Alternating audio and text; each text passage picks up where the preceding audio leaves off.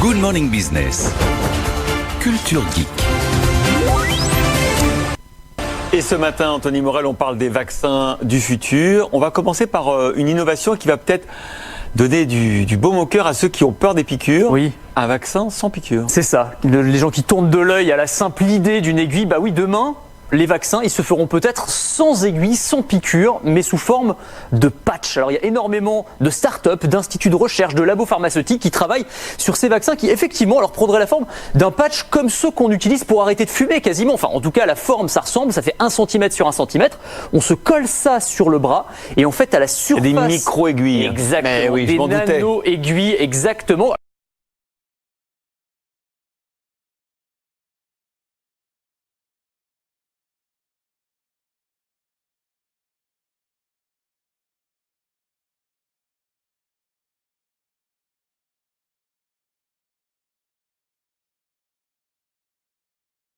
Alors qu'ils sont trempés dans l'antigène, qui est le principe actif du vaccin, et ça va venir titiller les cellules à la surface de la peau, et ça va entraîner une réponse du système immunitaire exactement comme le ferait un vaccin normal, mais avec plusieurs avantages. Il n'y a plus besoin d'infirmiers ou d'infirmières. Donc, en cas de campagne de vaccination de masse, c'est quand même pas mal de ne pas avoir besoin de surcharger le système hospitalier. 2, les quantités de vaccins sont beaucoup plus faibles. Donc, ce sont des vaccins qui coûtent beaucoup moins cher à produire.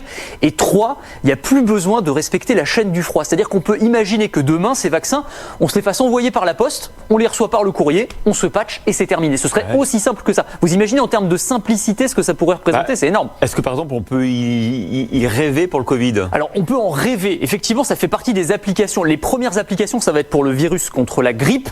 La start-up la plus en pointe dans ce domaine s'appelle Vaxas. Elle a obtenu il y a quelques jours un financement de 22 millions de dollars du gouvernement américain dans le cadre de la recherche anti-Covid. Donc effectivement, il y a un potentiel. Mais c'est un exemple parmi d'autres de ces vaccins sans aiguille. Dans le cadre toujours de la recherche anti-Covid, il y a des chercheurs américains, britanniques, qui estiment que les vaccins les plus efficaces seraient administrés sous forme orale ou nasale, c'est-à-dire des vaccins qu'on inhalerait ou qu'on prendrait sous forme d'aérosol, un petit peu comme un médicament contre l'asthme par exemple. Donc il y a plein de choses qui sont en train d'arriver là en termes d'administration du vaccin. Alors autre suggestion, autre innovation, se faire vacciner par un robot. Vaxas, elle a obtenu il y a quelques jours un financement de 22 millions de dollars du gouvernement américain dans le cadre de la recherche anti-Covid. Donc effectivement, il y a un potentiel. Mais c'est un exemple parmi d'autres de ces vaccins sans aiguille. Dans le cadre toujours de la recherche anti-Covid, il y a des chercheurs américains, britanniques, qui estiment que les vaccins les plus efficaces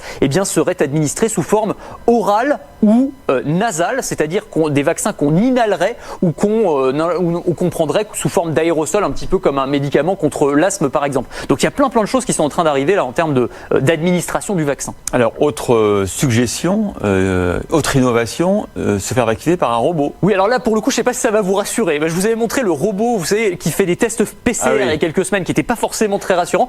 Celui-ci, un petit peu dans le même esprit, c'est un automate qui a été conçu en fait pour piquer. Alors pas pour faire des vaccins d'ailleurs à l'origine, mais plutôt pour faire des prises de sang. C'est-à-dire qu'il va être capable, grâce à une caméra infrarouge, de détecter la veine et surtout les grosses veines, celles où ça va pas faire trop mal, et de piquer pile au bon endroit. Là encore, alors c'est pas hyper rassurant, c'est vrai, mais ça pourrait avoir de l'intérêt pour, encore une fois, soulager le système hospitalier en cas de surcharge, comme c'est le cas, comme c'est le cas en ce moment. C'est sûr qu'on va tous y passer, être piqué par les robots, ça me paraît inéluctable. À un moment, ça arrivera, et c'est beaucoup plus rapide aussi, et ensuite tout est automatisé, l'étiquetage, etc. Donc ça évite aussi les erreurs potentiellement. Merci Anthony.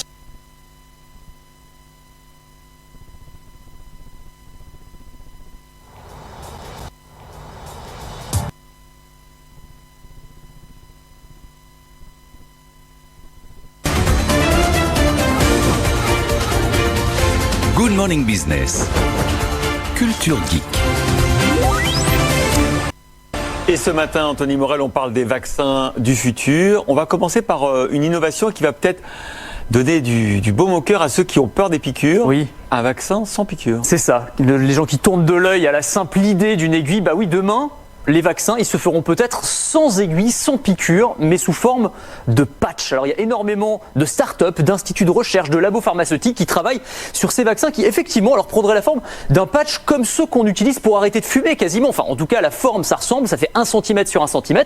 On se colle ça sur le bras et en fait à la surface... Des micro-aiguilles. Exactement, Oui, des nano-aiguilles, exactement, alors qu'ils sont trempés dans l'antigène, qui est le principe actif du vaccin, et ça va venir titiller les cellules à la surface de la peau et ça va entraîner une réponse du système immunitaire exactement comme le ferait un vaccin normal, mais avec plusieurs avantages. Il n'y a plus besoin d'infirmiers ou d'infirmières. Donc, en cas de campagne de vaccination de masse, c'est quand même pas mal de ne pas avoir besoin de surcharger le système hospitalier. 2, les quantités de vaccins sont beaucoup plus faibles. Donc, ce sont des vaccins qui coûtent beaucoup moins cher à produire.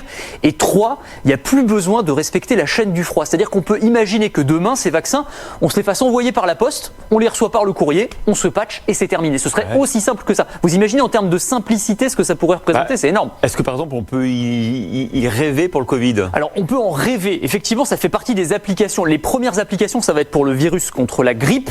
La start-up la plus en pointe dans ce domaine s'appelle Vaxas. Elle a obtenu il y a quelques jours un financement de 22 millions de dollars du gouvernement américain dans le cadre de la recherche anti-Covid. Donc effectivement, il y a un potentiel. Mais c'est un exemple parmi d'autres de ces vaccins sans aiguille. Dans le cadre toujours de la recherche anti-Covid, il y a des chercheurs américains, britanniques, qui estiment que les vaccins les plus efficaces seraient administrés sous forme orale ou nasale, c'est-à-dire des vaccins qu'on inhalerait ou qu'on prendrait sous forme d'aérosol, un petit peu comme un médicament contre l'asthme par exemple. Donc il y a plein de choses qui sont en train d'arriver là en termes d'administration du vaccin. Alors autre suggestion, autre innovation, se faire vacciner par un robot. Oui, alors là pour le coup je sais pas si ça va vous rassurer. Je vous avais montré le robot, vous savez, qui fait des tests PCR il y a quelques semaines, qui n'était pas forcément très rassurant. Celui-ci, un petit peu dans le même esprit, c'est un automate qui a été conçu en fait pour piquer. Alors pas pour faire des vaccins d'ailleurs à l'origine, mais plutôt pour faire des prises de sang. C'est-à-dire qu'il va être capable, grâce à une caméra infrarouge, de détecter la veine et surtout les grosses veines, celles où ça va pas faire trop mal, et de piquer pile au bon endroit. Là encore, alors c'est pas hyper rassurant, c'est vrai, mais ça pourrait avoir de l'intérêt pour, encore une fois, soulager le système hospitalier en cas de surcharge, comme c'est le cas, comme c'est le cas en ce moment. C'est sûr qu'on va tous y passer, être piqué par les robots. C'est ça. Paraît inéluctable. À un moment, ça arrivera, et c'est beaucoup plus rapide aussi. Et ensuite, tout est automatisé, l'étiquetage, etc. Donc ça évite aussi les erreurs potentiellement. Merci Anthony.